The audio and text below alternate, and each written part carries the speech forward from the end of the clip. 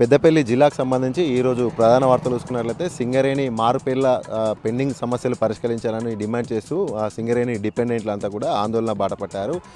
రామగుండం మండలం గోలేటి నుండి కొత్తగూడెం వరకు పాదయాత్ర చేపట్టారు. ఈ యొక్క పాదయాత్ర గోదావరిఖనికి చేరుకున్న నేపథ్యంలో గోదావరిఖని మున్సిపల్ చౌరసా వద్ద సిఐటియు రాష్ట్ర అధ్యక్షుడు రాజారెడ్డి, అలాగే రామగుండం పెద్దపల్లి బీఆర్ఎస్ పార్టీ జిల్లా అధ్యక్షుడు రామగుండం మాజీ ఎమ్మెల్యే కోరకంటి చందర్ వారికి మద్దతు తెలిపి ర్యాలీలో పాల్గొన్నారు. ఈ సందర్భంగా వారు మాట్లాడుతూ గత 15 ఏళ్ల నుండి కూడా సింగరేణిలో సుమారు 2000 మంది dependent pending vigilance enquiry pending సమస్యలతో బాధపడుతున్నారంటూ కూడా వారు తెలిపారు. వెంటనే సింగరేణి అలసత్వం కారణంగానే ఈ యొక్క పెండింగ్ సమస్యలు పెండింగ్లో ఉంటూ డిపెండెంట్లకు తీవ్ర ఇబ్బంది కలుగుతుంది. వారి యొక్క సమస్యలు పరిష్కారం కాక వారికి ఉద్యోగాలు రాక అనేక ఆర్థిక ఇబ్బందులతో కొంతమంది ఆత్మహత్యలు చేసుకున్నటువంటి పరిస్థితి కూడా రాజారెడ్డి కూడా వివరించారు. అంతేకాకుండా ప్రతిపక్షంలో ఉన్నప్పుడు రేవంత్ రెడ్డి మమ్మల్ని గెలిపించండి, భూపాలపల్లి సభా వేదికగా మమ్మల్ని గెలిపించండి, కాంగ్రెస్ పార్టీ అధికారంలో వచ్చిన 10 రోజుల్లోనే పెండింగ్ సమస్యలన్నీ పరిష్కరిస్తాం, డిపెండెంట్లకు ఉద్యోగాలు ఇస్తామంటూ హామీ ఇచ్చినటువంటి రేవంత్ రెడ్డి ఇప్పుడు సీఎం హోదాలో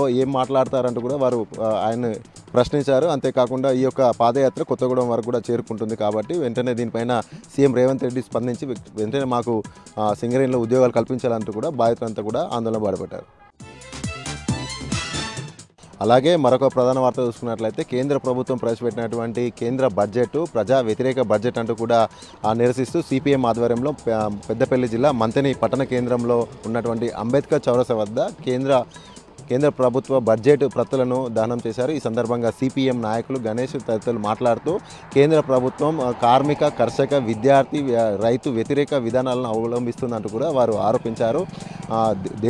దేశం మొత్తం జనాభాలో 67% వ్యవసాయ రంగంపైన ఆధారపడి బతుకుతున్న నేపథ్యంలో వ్యవసాయ రంగానికి కేంద్ర ప్రభుత్వంలో చిన్న చూపు చూసిందంటూ కూడా వారు ఆరోపించారు. అంతేకాకుండా 12 లక్షల రూపాయలకు ఇన్కమ్ ట్యాక్స్ రద్దు చేయడం వల్ల ఎవరికి ఒరిగేదేం, పేద ప్రజలకు ఒరిగేదేమీ లేదు, సంపన్న వర్గాలకే అది మేలు జరుగుతున్నట్టు కూడా వారు ఆరోపించారు. ఇది ప్రజా వ్యతిరేక బడ్జెట్గా వారు అభివర్ణించారు.